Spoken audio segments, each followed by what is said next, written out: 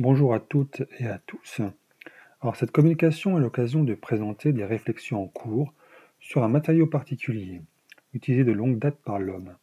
Nous le verrons, la thématique ouverte choisie pour le séminaire de cette année, pour rappel les roches vivantes, permet d'aborder un type de matière aux propriétés particulières dont l'exploitation est encore aujourd'hui en cours. Il s'agit de l'ambre et plus particulièrement de l'ambre de la Baltique, qui est une résine fossile pouvant présenter une large palette de couleurs, allant de l'orangé au jaune-vert et même au brun, avec diverses nuances. L'actualité récente liée au conflit en Ukraine a pointé l'enclave de Kaliningrad entre la Pologne et la Lituanie, au nord-est de Gdańsk, qui constitue un oblast russe au bord de la mer Baltique. Ici, l'ambre est exploité depuis des siècles, et ces territoires en question concernent près de 90% des réserves mondiales d'ambre. Si cette exploitation est aujourd'hui massive et industrielle, nous disposons de peu d'informations sur les conditions d'acquisition de l'ambre aux périodes pré- et protohistoriques, si ce n'est que ce matériau peut se ramasser à certaines saisons assez facilement sur les plages de la mer Baltique. L'ambre a souvent nourri les fantasmes et pour rester dans le contexte russe, on peut citer le fameux Salon d'ambre, qui a connu une restauration de près de 24 ans et qui a été inauguré il y a maintenant près de 20 ans en mai 2003. Dans un article synthétique, Griori Reinzin refait l'histoire de cette chambre dont la restauration a été en partie financée par Ruhrgas, la compagnie gazière allemande, et qui a bénéficié d'apports d'ambre saisis par les douanes dans la région de Kaliningrad.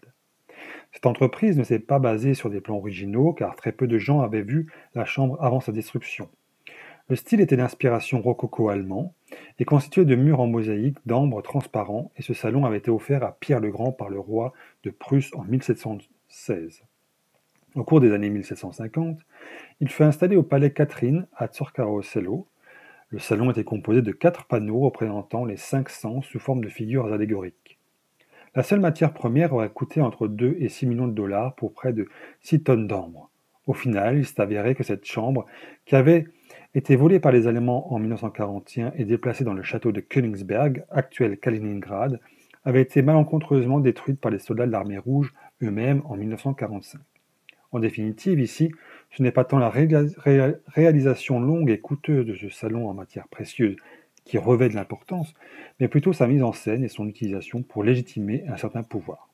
Tout récemment, de nombreuses pièces de mobilier en ambre, du XVIe au XVIIIe siècle, ont été exposées à la galerie d'art Kugel à Paris. Une autre exposition consacrée aux riches tombes égyptiennes, dont celle de Toutankhamon, se tient actuellement à Strasbourg, mais il s'agit ici que de répliques mises en scène pour la joie des visiteurs. Mais pour en revenir à l'ambre, et en particulier celui de la Baltique, il est à noter que quelques pièces composées tout en partie d'ambre à la Baltique sont assez rares en Égypte, des résines assez proches, mais de provenance plus locale, étant déjà largement employées. Dans un article de 2016, Graziella Zinger fait un point sur le sujet et signale que les pièces en ambre véritable, soit de l'ambre de la Baltique, datent du début de la XVIIIe dynastie ou de la XXe. Elle signale principalement des scarabées en cette matière, comme celui conservé au British Museum, ou celui inclus dans le pectoral d'Atiaï, grand prêtre de Sobek, et le fait, ici, que l'ambre reste rare et est souvent attesté dans des cas exceptionnels, associé à d'autres matériaux précieux, comme le cristal de roche, l'or ou la faïence. Il y a donc bien eu des importations, certes limitées d'ambre de la Baltique, en Égypte. Comme vous le voyez, l'ambre est un sujet vaste auquel je m'intéresse depuis peu, au travers de découvertes récentes ou plus anciennes sur des fouilles archéologiques alsaciennes. Il résulte des collaborations avec différents collègues chimistes comme Pierre Adam et Philippe Schaeffer de l'Université de Strasbourg, avec qui je travaille depuis quelques années. Je vous parlerai de nos travaux actuels, mais cette communication m'offre également l'opportunité de parler plus longuement de cette matière qu'est l'ambre et son emploi au long cours sur la protohistoire. Au-delà de la matière première elle-même et son exploitation, j'esquisserai un panorama des artefacts en ambre et des problématiques actuelles liées à cette résine fossile, avant de voir de plus près certains objets atypiques sur lesquels je travaille actuellement. Dans le sens commun, le terme ambre est assez polysémique. En effet, il peut tantôt renvoyer par exemple à une couleur ou à un parfum, mais aussi à la résine fossile qui nous intéresse ici. Les parfumeurs connaissent bien l'ambre gris, qui se présente sous la forme d'un bloc assez informe, pouvant avoir des couleurs diverses allant du blanc au marron en passant par le gris et même le noir. Il s'agit d'une concrétion produite dans le tube digestif du cachalot. sans doute par la suite d'une blessure occasionnée à l'estomac et à l'intestin par des becs de calamar mangés par ces mêmes cachalots. On en trouve sur les côtes de la Nouvelle-Zélande, de l'Est de l'Inde, de l'Afrique de l'Est et du Sud, de Madagascar, du Brésil, de la Norvège, entre autres. Après, en fait, que ces blocs aient flotté plus ou moins longuement sous la mer grâce à sa faible densité. La taille des blocs d'ambre est très variable, donc l'ambre gris. On peut même en trouver exceptionnellement de plus de 300 kg.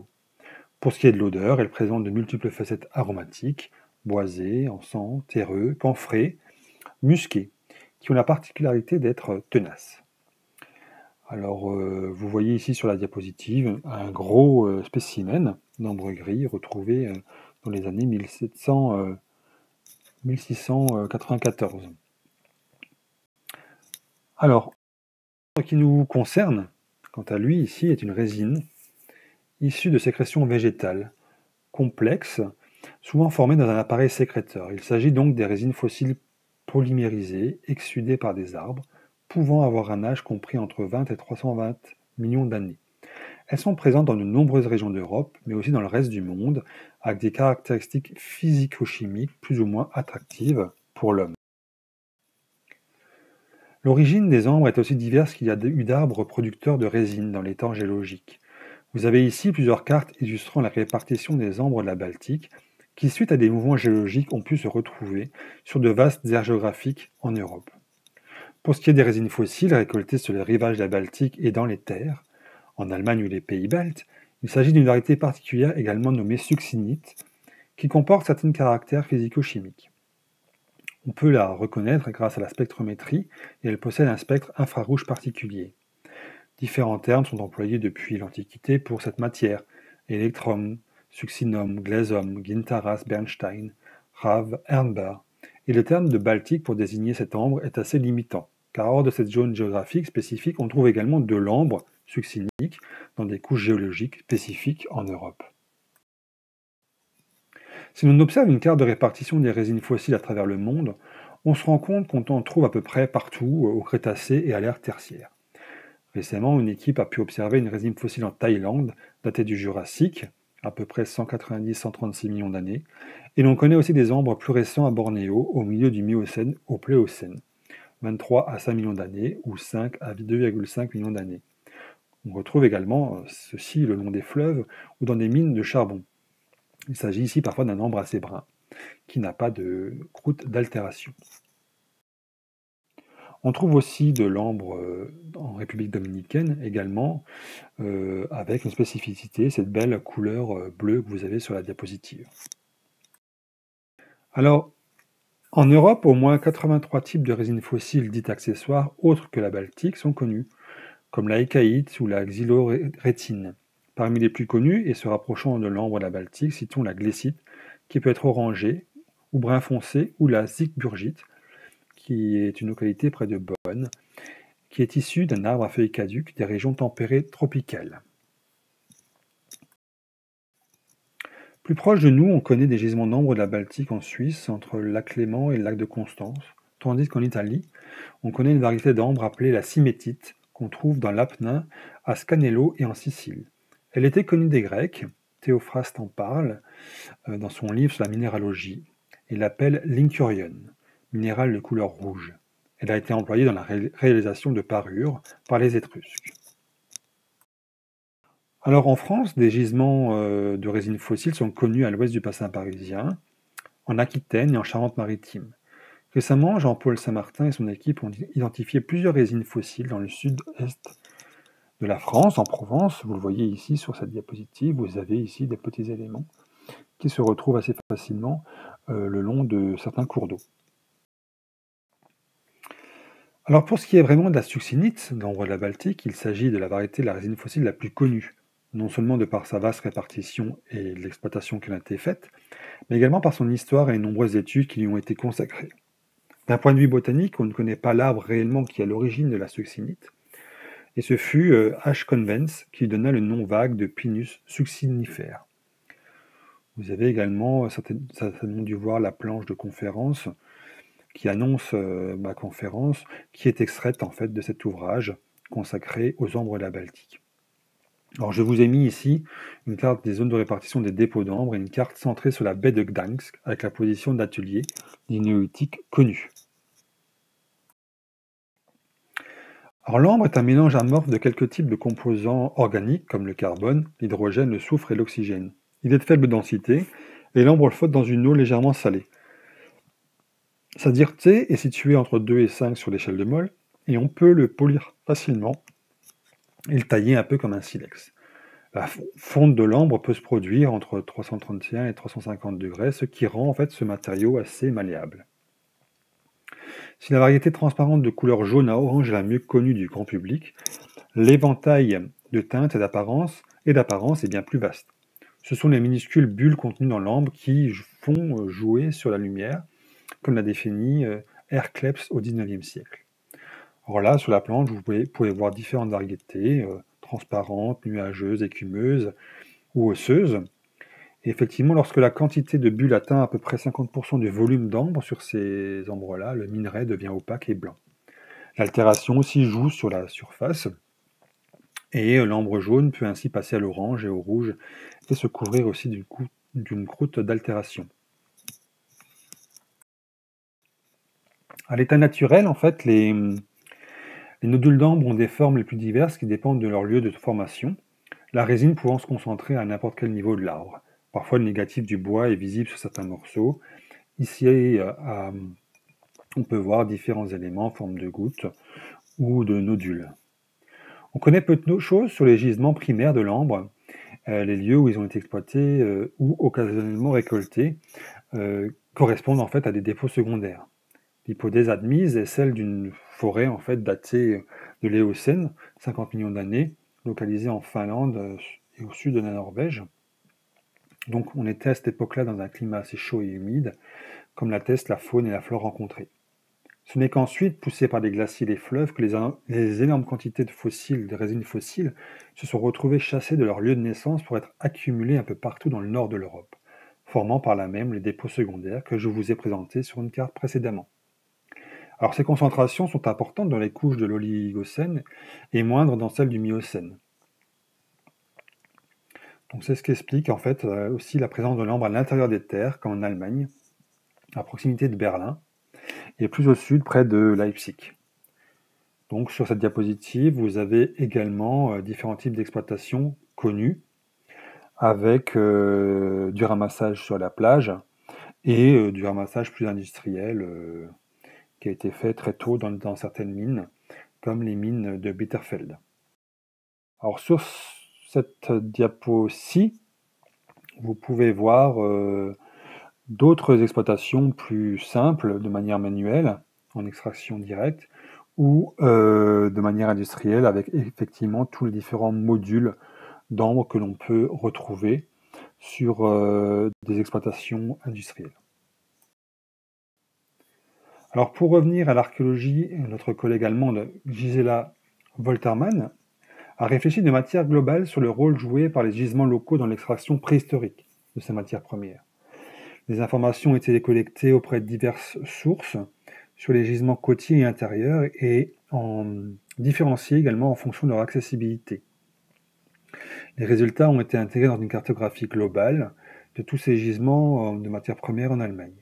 Donc elle a mis l'accent sur les dépôts superficiels accessibles et également comparé au modèle de répartition des artefacts en ambre. Il s'est avéré que du néolithique au début de l'âge du bronze, la distribution des découvertes se concentrait sur de courtes distances, de 10 à 50 km, avec un niveau moyen, de la source de matière première la plus proche aux artefacts. À l'âge du bronze, la plupart des découvertes se situent à plus de 100 km des gisements les plus proches, donc on a un niveau de distance plus élevé. Seules les quelques concentrations de découvertes dans la zone des gisements accessibles en surface, les plus productifs, indiquent une utilisation locale des gisements intérieurs. Donc un lien significatif entre la présence de gisements et d'artefacts n'existe que dans le cas de certaines zones, comme les îles de Poméranie occidentale, en particulier à Rügen. Alors ce qu'il faut retenir, en fait, c'est on n'a pas réellement de lien direct ou de relation significative entre la distribution des artefacts et celle du dépôt de matières premières. Donc cela montre clairement que la diffusion des artefacts ne dépendait pas principalement de la proximité des sources, mais plutôt leur accessibilité via le système routier. La répartition des découvertes d'ambre montre que tous les groupes de population de la zone de travail n'avaient pas le même accès à cette résine fossile, la situation géographique jouant un rôle déterminant, notamment à l'âge du bronze. Donc les différentes concentrations découvertes à l'âge du bronze sont les zones d'embouchure et de la source, par exemple de la Vézard, prouvent que ce sont déjà des artères de transport de la résine fossile très importants à travers la Basse-Saxe et la Rhénanie du Nord et la Westphalie. J'aborderai rapidement les questions de mythes liés à l'ambre et ses multiples utilisations médicinales ou magiques. Chez les Grecs, on connaît l'ambre par la légende de Phaéton, relatée par Hérodote au 8e-7e siècle avant Jésus-Christ. En effet, Phaéton était le fils d'Hélios, le soleil, et de l'océanide Clymène. Il décida en fait un jour de se faire reconnaître et entra dans le palais du soleil. Hélios, pour prouver sa paternité, lui proposa d'exaucer un de ses vœux. D'orgueil, Phaéton accepta la demande et voulut prendre la place de son père tout en conduisant le char du soleil. Mais, par inexpérience, il tomba dans le fleuve Éridane et ses sœurs pleurèrent durant des mois. Les dieux les transformèrent en peupliers et leurs larmes prirent la forme de gouttes d'ambre. Alors pour les Celtes, il s'agirait plutôt des larmes d'Apollon qu'il versa lors du bannissement du pays des Hyperboréens. D'autres, comme Pythias le Massaliote, y voyaient une écume marine durcie ou des déchets transportés par les mers nordiques glacées. Ce sont surtout les Latins qui appellèrent pour la première fois succinum ou qui provient de succus, la sève, en reconnaissant son origine végétale. Alors en 2016, Eugenio Ragazzi a sorti un article consacré à l'utilisation médicinale et médicale de l'ambre succinique en relatant plus d'une cinquantaine de thèses portant sur le sujet entre le XVIe et le XIXe siècle. Même en 1930, on considérait que l'ambre était bien toléré par la peau, ce qui soutenait l'idée que cette matière pouvait être considérée comme un matériau biocompatible. Les médecins utilisaient des récipients en ambre pressé pour les transfusions sanguines afin de minimiser la coagulation. Généralement, en pharmacie, c'est l'esprit de succinct et les sels de succinct qui étaient vendus. L'huile de succinct était une substance extraite du succinct par distillation et utilisée comme antispasmodique pour traiter de nombreux maux, comme pour tonifier le système cardiovasculaire ou les pneumonies. En Pologne et en Cachoubie, on utilise encore aujourd'hui la liqueur d'ambre recommandée pour guérir les ulcères, pour fortifier le cœur et pour les cas de refroidissement ou en friction. Saint Hildegarde de Bingen, abbesse du XIIe siècle, bien connue des naturopathes, donne deux indications sur l'ambre qui se rapportent aux troubles digestifs. Il s'agit de préparer du vin d'ambre ou du lait de vache ou de brebis avec de l'ambre. Enfin, comme l'ambre brûle et dégage une odeur résineuse, parfois camphrée, il a été employé pour des fumigations afin de purifier des espaces. Martial, dans ses épigrammes, parle de l'odeur agréable que dégage l'ambre lorsqu'il est manipulé par des filles, des pépites d'ambre polies à la main, et compare les baisers à l'ambre bien usé. Alors, pour ce qui est de l'utilisation des résines fossiles, elle est attestée dès le Paléolithique supérieur en France, avec par exemple la tête de cheval d'Isturiz dans les Basses-Pyrénées, et quelques perles également provenant du même site, ou encore les nodules d'Orenzen, toujours dans les Pyrénées, qui ne sont pas ici d'origine baltique, d'après des analyses des années 80. En Europe, d'autres pièces sont connues, en Moravie, en Autriche, en Ukraine, ou encore en Pologne, même dans la zone nordique où il abonde naturellement l'ambre, si l'on en croit le peu d'éléments.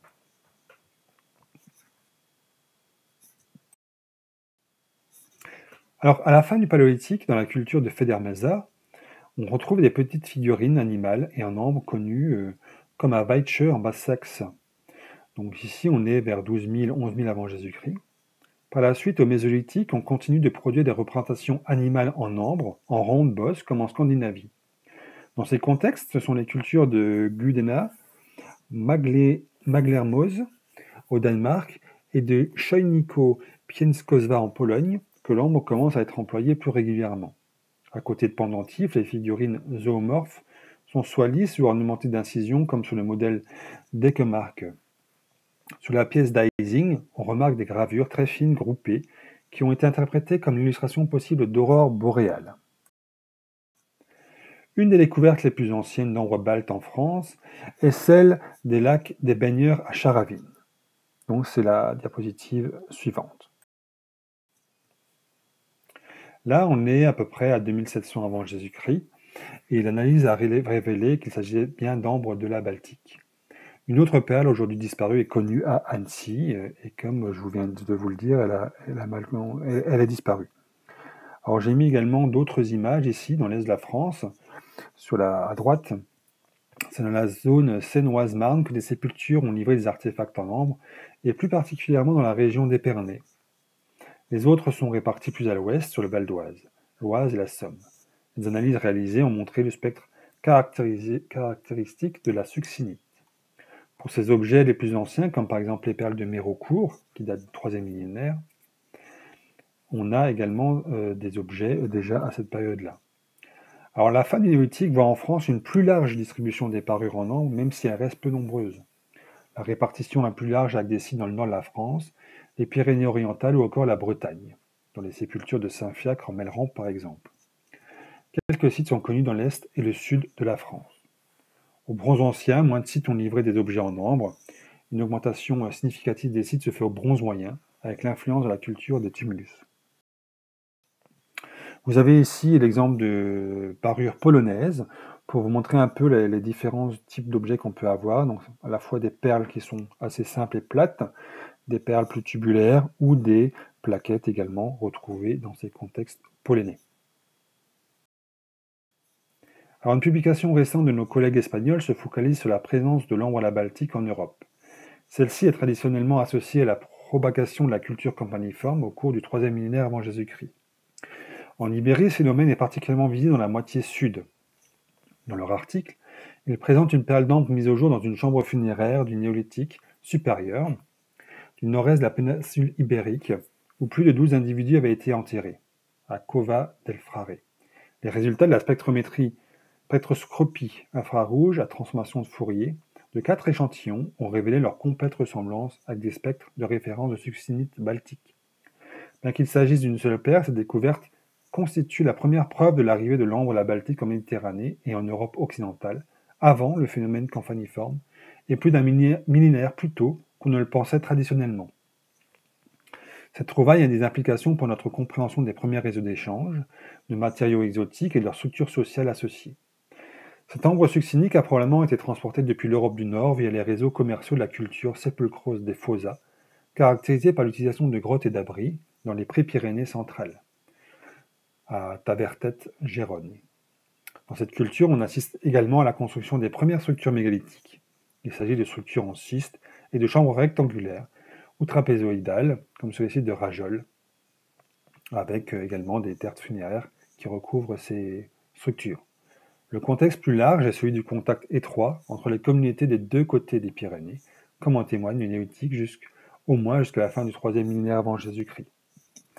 Vous avez aussi une autre carte que je vous présente maintenant.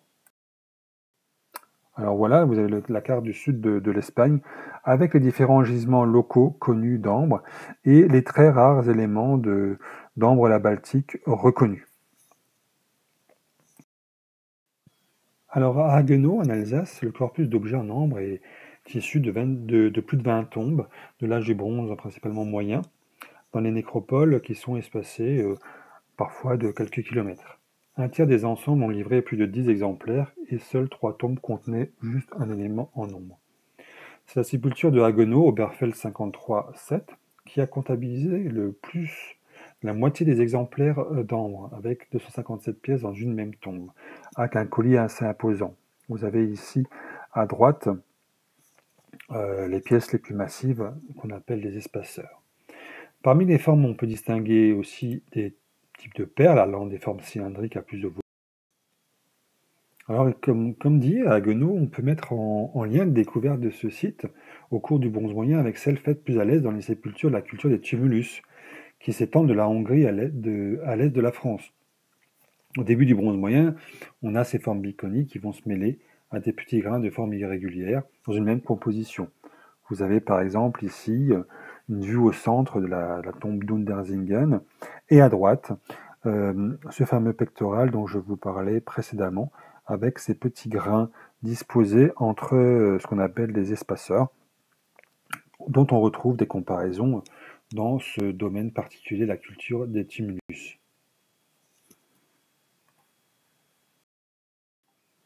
Alors la situation en Alsace, là je vous ai mis une carte de répartition des découvertes en nombre.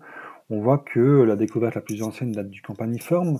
C'est une découverte récente sur le contournement de Strasbourg, avec une sépulture réunissant 5 pièces, 5 perles de forme en tonneau. Puis après, vous avez effectivement la période la plus riche pour les découvertes en nombre, avec l'âge du bronze moyen, et la persistance de ce matériau au bronze final, et essentiellement dans sa phase initiale. On la retrouve aussi à l'étape moyenne du bronze final, mais beaucoup moins par la suite. Alors un point important à aborder avec les échanges de matières premières comme le verre ou l'ambre, sous forme d'objets, de nodules, c'est bien sûr les axes de circulation et de passage. Alors, dès l'âge du bronze se met en place, au regard de la large diffusion de l'ambre baltique à travers toute l'Europe, des routes qui seront utilisées longtemps, comme par exemple le long des rivages maritimes de l'Ouest, ou le long des grands fleuves d'Europe centrale jusqu'à l'Adriatique. Ici, l'Allemagne centrale aurait été un lieu d'échange intense de ce commerce. On s'est aussi demandé si la Grèce n'a pas été, dans certains cas, un relais de fabrication pour certaines parures. Le pendeloque de l'Astour, par exemple, rediffusé plus à l'ouest. Au-delà de la Grèce continentale, l'ambre est rare, mais est connu au Proche-Orient. Récemment, Fleming Cowell, du Musée national de Danemark, a fait un point sur ces routes, surtout pour l'âge du bronze moyen. En résumé, ce sont à la fois les différents bassins des grands fleuves qui ont été utilisés, comme l'Elbe au nord, ou la Saale et le Danube pour atteindre l'une des routes alpines via la vallée de l'Inn, et on arrive ainsi euh, en Italie par le col du Brenner ou d'autres cols à proximité. Une fois ce col franchi, la route continue le long du fleuve Adige et du lac de Garde pour atteindre la mer Adriatique par le Pô. Depuis la haute Adriatique, la route maritime mène à la Grèce mycénienne, où se trouvent d'importantes découvertes d'ambre. Pour accéder à l'Europe centrale depuis la Scanie, on peut longer l'Oder. On passe ensuite par la rivière Morava, menant au système fluvial du Danube. Ensuite, divers choix sont possibles. Plus proche de l'Alsace, une route plus à l'ouest suivait le Rhin et sa vallée supérieure, qui mène aux cols alpins tels que le col de Julier et le col de Bernardino en Suisse, pour atteindre plus loin la vallée du Pô. Dans la forêt noire, dans le sud de l'Allemagne, vous pouvez passer du Rhin supérieur à la vallée du Danube supérieur, la vallée supérieure du Danube. Alors, différents sites pouvaient constituer des stations relais entre le nord et le sud de l'Europe, comme par exemple ici des sites palafitiques italiens, comme celui de Lagazi, au sud du lac de Garde. 17 perles ici d'ambre ont été retrouvées dans des couches attribuées à la dernière phase de l'âge du bronze ancien, vers 1700 avant Jésus-Christ. On connaît aussi des sites dans le sud du Tyrol, où des pièces en ambre et en verre coexistent. Plus à l'ouest, le col suisse du Julier est important. Au nord de ce col, à Panal dans les Grisons, un village du bronze moyen a été fouillé.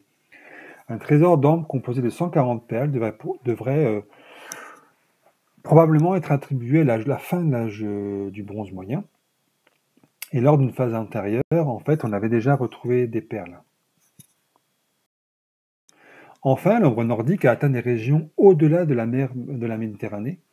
La découverte d'une petite coupe d'ambre en forme de tête de lion à Khatna, près de Homs en Syrie, marque la découverte la plus lointaine d'ambre nordique baltique. Le lion de Khatna a été trouvé dans un tombeau royal vers 1830-1340 avant Jésus-Christ, ou un peu plus tôt, avec également des perles en ambre et en verre. D'autres découvertes de perles en ambre provenant de la mer Méditerranée orientale, telles que les perles de l'épave d'Uluburun, permettent aussi de voir les échanges à longue distance. Alors, c'est la théorie également reprise par le conservateur justement du Musée national du Danemark, qui est ce concept de Xenia, c'est-à-dire qu'en période de conflit et d'hostilité entre certaines chefferies européennes, on aurait tout de même conservé des relations d'amitié et d'invitation plus personnelles qui permettaient en fait de garantir des routes d'échange sécurisées sur lesquelles circulent ces matières premières parfois indispensables aux différentes élites européennes.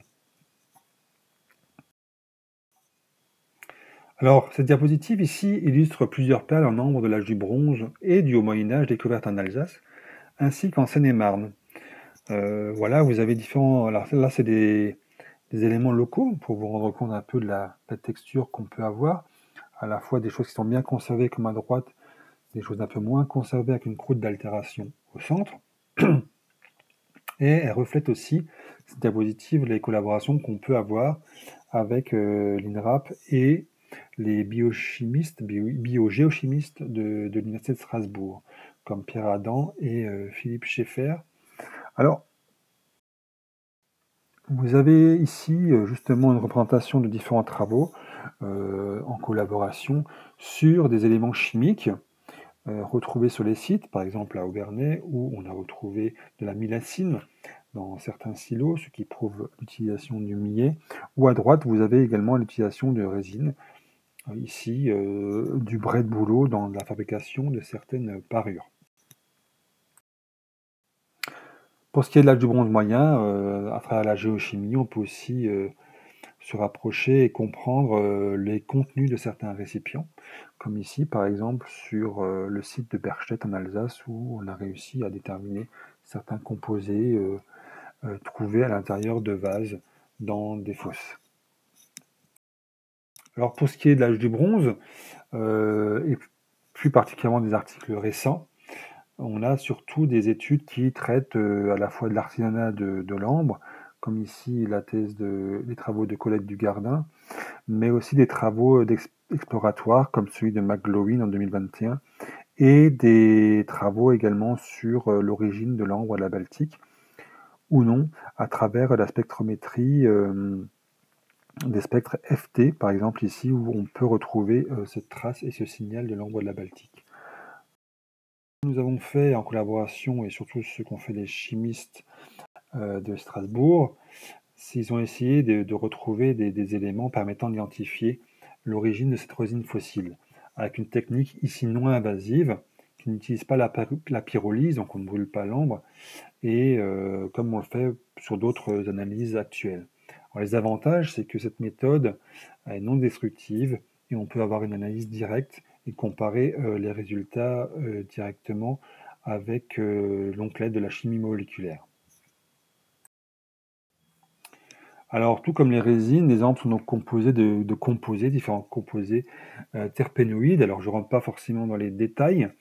Donc, il y a différents types de terpénoïdes, mais c'est en fonction du type dominant qu'il est possible de déterminer la famille botanique, à l'origine, la résine, et même dans certains cas, le genre ou l'espèce.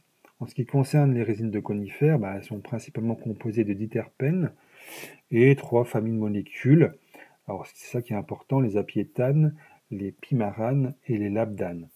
Il est également possible de distinguer des triterpènes, mais ils sont présents que dans les ambres les plus récents, car associés aux angiospermes ou aux plantes à fleurs.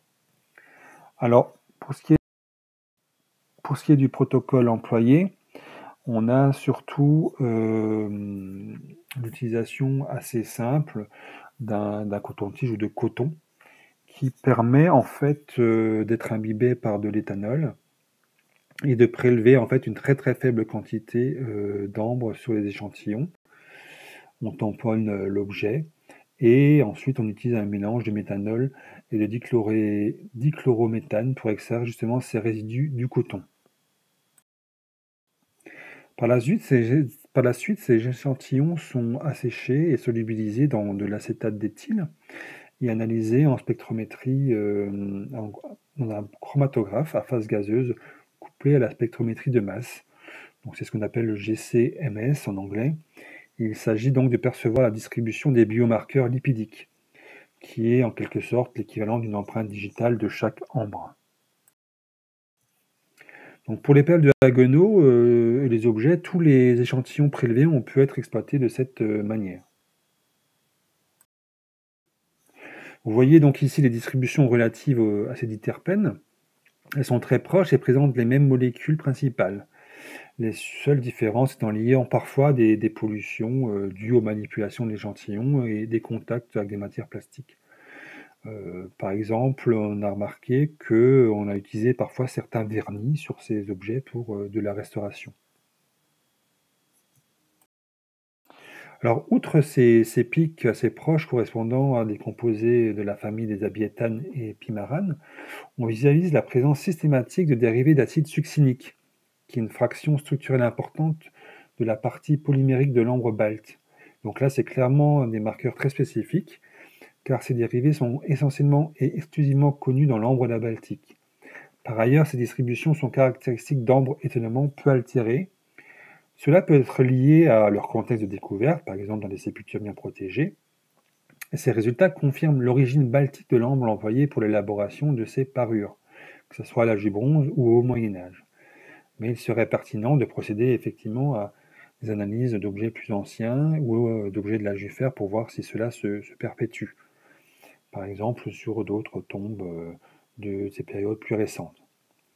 Alors, on a aussi vocation justement de constituer des référentiels, soit pour des objets archéologiques, mais aussi, si possible, de trouver des gisements différents d'ambre. C'est ce qu'a fait Alice Fradet dans sa thèse. Elle vise à analyser différents types d'ambre, comme ceux connus dans l'Ouest, en Vendée, ou dans le sud-ouest de la France, en Garonne, pour constituer justement un référentiel. L'analyse ici, vous avez ici par exemple un ambre géologique du Crétacé de la carrière de Scorbé-Clairvaux dans la Vienne, et donc qui est un ambre local. Mais on ne connaît pas la famille dominante, et parce que justement les molécules n'ont pas encore été identifiées, mais en tout cas c'est un ambre local.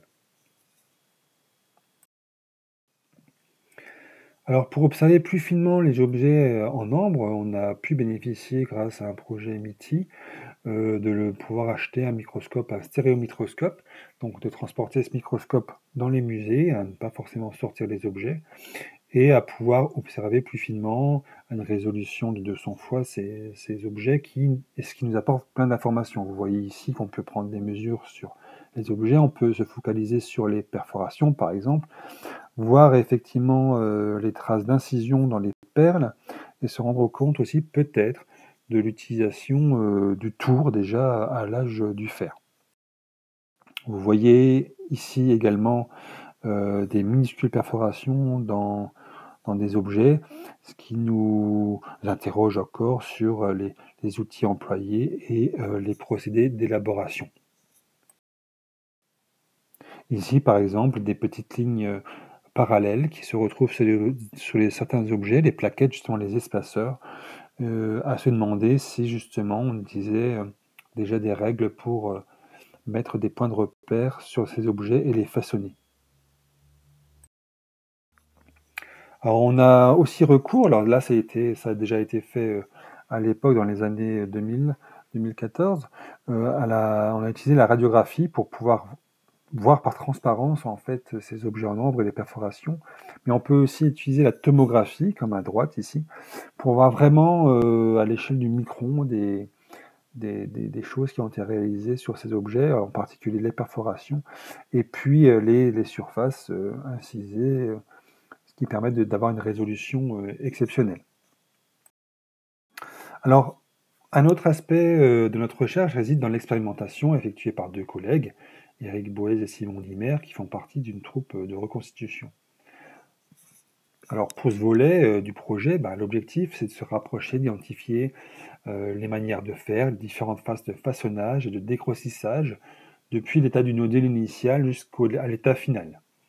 Donc on a différentes phases de façonnage avec différentes étapes du processus.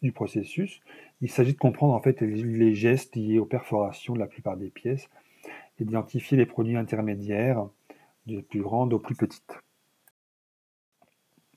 L'expérimentation directe à partir de nodules ou de fragments d'ambre de divers types, à l'aide de silex, pointes en cuivre ou en bronze, eux aussi fabriqués artisanalement par des collègues, permet d'aller plus loin. Donc on enregistre également ces gestes et on essaie de proposer une chaîne opératoire de ces objets. L'acquisition en milieu naturel local de différentes matières premières, comme le grès, pour le polissage des ambres, a également été réalisée. On a utilisé aussi un fourré à archer qui a été expérimenté pour le perçage de ces perles.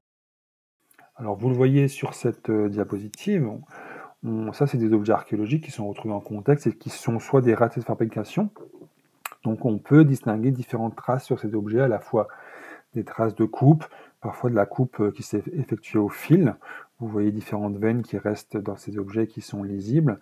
Et tout à fait à droite, vous avez par exemple une perforation qui s'est faite des deux côtés pour pouvoir traverser entièrement la pièce. Alors vous avez ici, pour revenir sur l'âge du bronze et les étapes de production, en fait, on remarque que ces pratiques sont quasiment inchangées depuis le néolithique jusqu'aux âges des métaux. Mais on a une structuration qui se met en place à l'âge du bronze, comme le montre ce dépôt de ce collier très grand, enfin de ces deux colliers, dépôt d'Ingolstadt en Allemagne. Donc c'est l'un des rares exemples, et surtout ensemble d'ambre de la zone de travail, avoir fait l'objet d'une étude détaillée en fait de la technique de fabrication. Ça offre un aperçu de la production de masses standardisées de petites perles en forme de disque.